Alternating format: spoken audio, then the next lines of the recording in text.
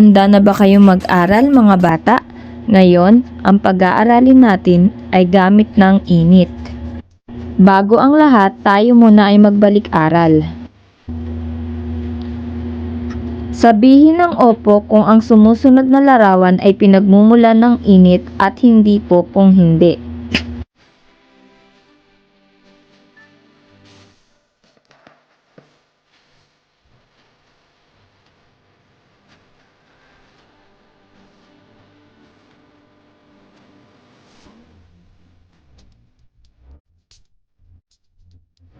Ngayon naman, tingnan ang larawan.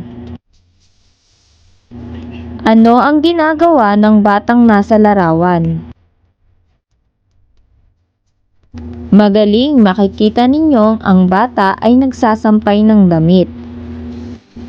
Bakit kaya sa labas siya nagsasampay ng damit? Tama ang inyong kasagutan mga bata upang matuyo ang kanyang damit na sinasampay dahil sa init ng araw.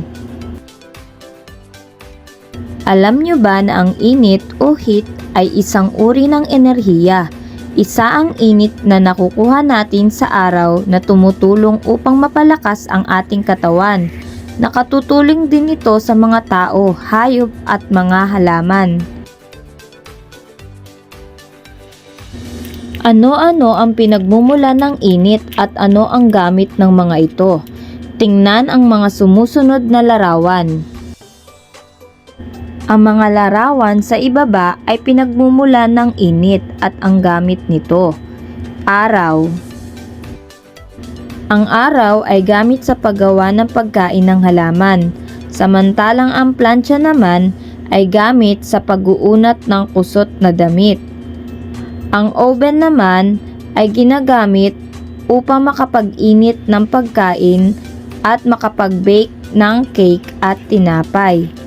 Samantala ang electric stove ay ginagamit naman sa pagluluto ng iba't ibang pagkain. Ang rice cooker ay gamit sa pagsasaing ng bigas. At ang ihawan naman ay ginagamit upang makapagluto ng inihaw na isda o karne. Ang init ay isa sa pinakamahalagang bagay sa ating mundo. Malaki ang naiitulong nito sa atin katulad ng mga sumusunod. Ang init ay ginagamit o nakakatulong sa pagluluto ng pagkain. Nakakatulong din ito sa pagpapainit ng malamig na paligid kung malamig ang panahon gaya ng pugon sa bahay. Ang init ng solar panel ay pinanggagalingan ng kuryente. Gamit rin ng mga halaman ang init ng araw sa paggawa ng pagkain sa pamamagitan ng proseso ng photosynthesis. Ginagamit ang init sa paggawa ng produkto gaya ng alak, distelyadong tubig at iba pa. Ginagamit din ang init sa pagtutuwid ng kasuotan gaya ng plancha. Ginagamit ang init sa pagdadaing ng isda. Ginagamit ang init sa pagpapatuyo ng sinampay. Ngayong nalaman nyo na ang gamit ng init sa ating pang-araw-araw na pamumuhay, sagutan ng mga sumusunod. Tukuyin ang gamit ng sumusunod na bagay na nasa larawan. Number 1. Ang nasa larawan ay ginagamit sa A. Pagpapatuyo ng basang damit, B. Pagpapainit ng malamig na ulam.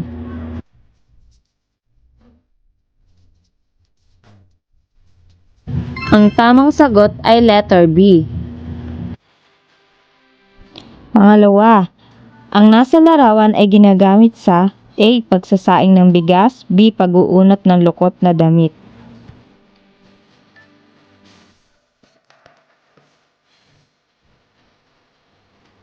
Ang tamang sagot ay letter A. Pagsasaing ng bigas.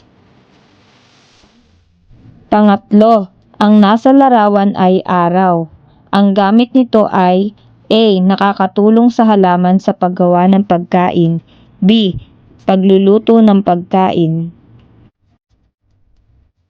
Ang tamang sagot sa bilang 3 ay letter A.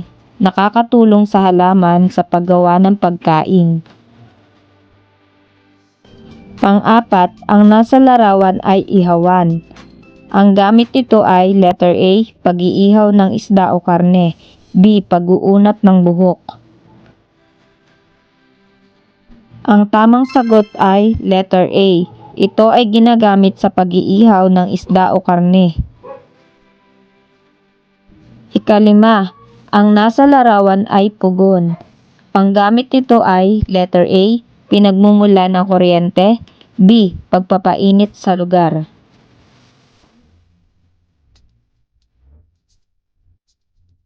Ang tamang sagot ay letter B. Ito ay paggamit sa pagpapainit sa lugar. Tandaan na ang init ay isa sa pinakamahalagang bagay sa ating mundo. Malaki ang naitutulong nito sa atin katulad ng mga sumusunod. Ang init ay gamit natin sa pagluluto ng pagkain. Ito rin ay gamit sa pagpapainit ng malamig na paligid kung malamig ang panahon gaya ng pugon sa bahay. Ang init ng solar panel ay pinanggagalingan ng kuryente. Gamit ng halaman ang init ng araw sa paggawa ng pagkain sa pamamagitan ng proseso ng photosynthesis. Ginagamit ang init sa paggawa ng produkto gaya ng alak, distalyadong tubig at iba pa. Ginagamit rin ang init sa pagtutuwid ng kasuotan gaya ng pagpaplantsa. Ginagamit ang init sa pagdadaing ng isda o pagtutuyo. Ginagamit ang init sa pagpapatuyo ng sinampay. Ngayong nalaman ninyo kung ano ang mga gamit ng init sa ating pang-araw-araw na pamumuhay, sagutan ang mga sumusunod na tanong. Basahin ang tanong sa bawat bilang at piliin ang titik ng tamang sagot.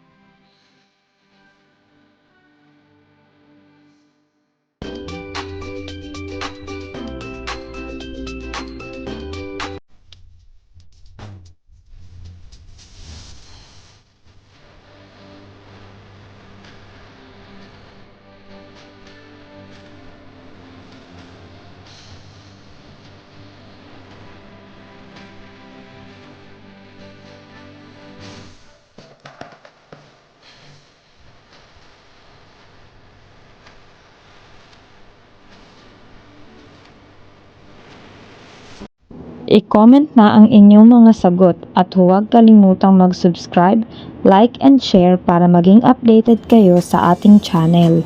Paalam!